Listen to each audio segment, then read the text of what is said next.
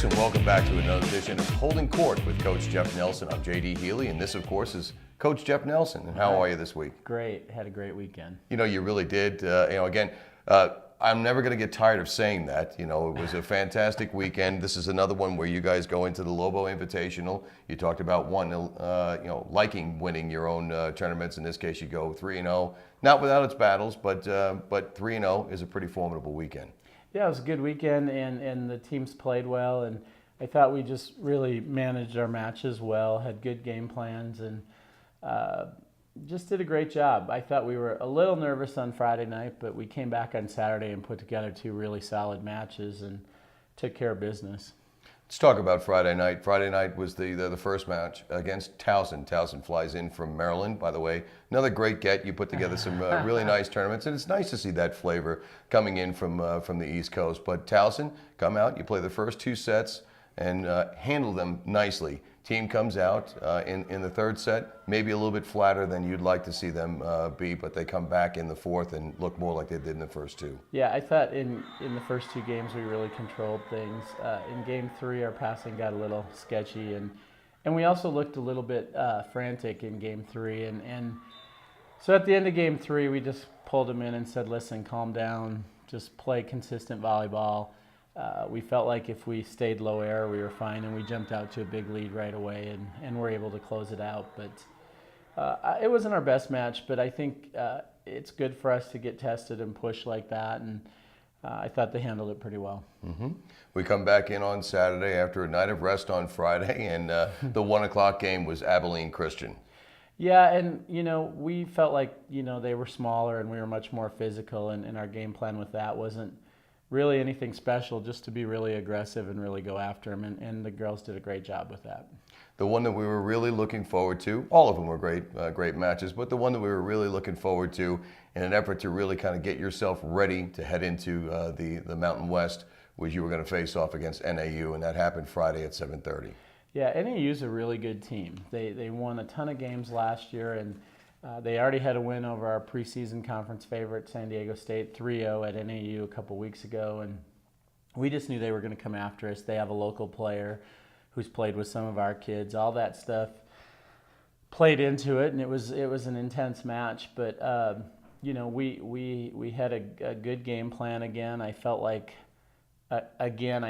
we were stronger in most of the positions, and if people played well, we could really do well and hold our own. And we came out right away with Maddie Mayfield just going after him serving. She put us up 8-0 in game one, and I don't think they ever really recovered from that. We stayed on top pretty much the rest of the match and stayed aggressive, and it was our best full match effort of the season so far, winning in three. And I think we won 12 and 20 and 14, and that we didn't expect that because they're a really good team, really consistent, really steady. But it was our best effort, and we really had a great win on Saturday night.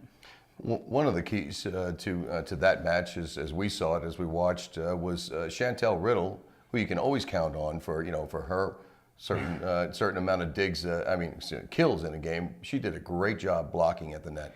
She did. She had a great match. She did a great job serving too. Nobody recognized that because she had so many blocks. She had, I think, 5 stuff blocks, but she had a whole bunch more balls that she slowed down. And but she also went back to the service line and scored a bunch of points in her rotation of serving as well. And it's nice because we are more physical this year. We're not going to her as much. But when we are, she's answering. I mean, she's hitting at a 280 clip on the outside or the right side, and that's with. I mean, teams always commit to her, and so she's doing a really good job. She's upped her numbers from last year, and she's already leading the conference in kills and points. And I think it's just going to get better for her. And Hannah and her are really figuring out a rhythm together and working into that. And as they do that, it's just going to get better and better. We had a milestone during the NAU game. Michaela Lovato gets her 1,000th dig. Ladies and gentlemen, give it up for Michaela Lovato.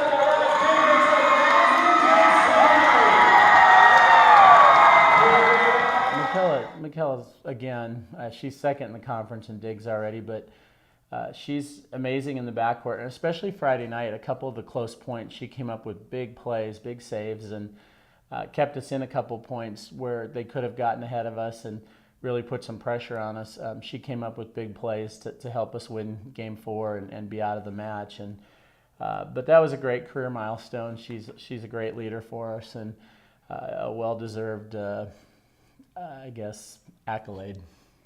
Like Lexi Ross, Michaela Lovato, all tournament team players, and then Chantel Riddle for the second time in a row MVP of the tournament. Well, first, Lexi Ross, our middles have been playing tremendous. All three of our middles are hitting above 350 right now. Lexi's the highest in the 400s, and she's doing an amazing job. She put up blocking numbers this weekend. She's put up huge hitting numbers. And then, you know, Sky Galat and Elsa Krieg also had great matches this weekend for us as well. I think Sky had 7 blocks against Northern Arizona on Saturday night. And then obviously Michaela we've already talked about, and Chantel's the MVP. And you know, I thought it was a good weekend for Chantel, not a great weekend, but she's that good of a player that a good weekend gets her an accolade like that. And you know, the big thing was her blocking this weekend, though. She really increased her blocking numbers and really helped the team, you know, not just by blocking balls, but because of her presence, forcing errors and forcing them to hit balls that we could handle pretty well defensively. So she does a lot more than just put the ball away for us. Well, it's got to be nice also, you know, to have the team that you can put out on the floor, and for Chantel Riddle that she is such a quality player, but she's surrounded by a lot of quality players. Yeah, and that's a difference this year. Last year with the injuries and stuff, as we wound down, you know, she really was our one go-to out there. And this year with the 3 middles that have all started being healthy and the freshmen that all have really good arms and the good ball handling. Julia Warren's, along with Michaela, have done a great job passing for us, and it's gotten better every weekend too. Teams are really going after her because she's a freshman, and she's really taking care of the ball for us, and that's making a difference as well. But you know, there's so many good things happening out there, and so many people with strong arms right now that we feel like we have a good opportunity to win every match. And the biggest thing is developing that rhythm, the maturity and growth of Devin Sowers, Cassie House, Julia Warren are going to play a huge role on how far this team goes this year. So you start off your season 6-0 at home, 8-1 overall, and you're getting ready to head into the Mountain West. You face off against Air Force this Thursday. Yeah, and Air Force has improved dramatically, and they're playing tough with everyone. Their record doesn't show it. They do have a great win over Long Beach State, and they have a good setter. They have a really good libero. One of their hitters is in the top 10 in the conference in hitting. So they have a lot more going for them this year, and we can't take it lightly. We've got to open the conference and really expect them to come after us. They're a great serving team. They're one of the best serving teams. And so we got to know they're going to come after us and be ready. I think where we really match up well is we block a lot better, and offensively we've been a lot better. One of the things about our team that's really been strong is how we've been able to hold our opponents down. Our opponents this year are averaging a 102 hitting percentage against us, which is tremendous, and we're at the top in the conference at that. And hopefully this is another week where we can do a good job with that, with good blocking and good defense, really hold the numbers down for both our opponents next week. Seeing looking over at the bench and watching you, you know, so far throughout the course of this season, I talked to you a little bit about this before we came on there. The newer, calmer, more, you know, what is it? What's changed, Coach? Nothing, absolutely nothing. You know, I think the one thing is after going through last season, you certainly had to be a lot more patient with the injuries and the way the kids were feeling about just going out and playing because they were nervous. And now this year with 6 freshmen and they're all playing a role, they're all getting into matches, they're all doing things for us. I think it's a similar kind of thing. We've got to be patient. We've got to let them mature and grow. But they're doing a great job. And no, I still get on them. You're just not seeing it as much. But part of it, too, is I really have confidence in this group and really enjoy coaching them. They're just a great group.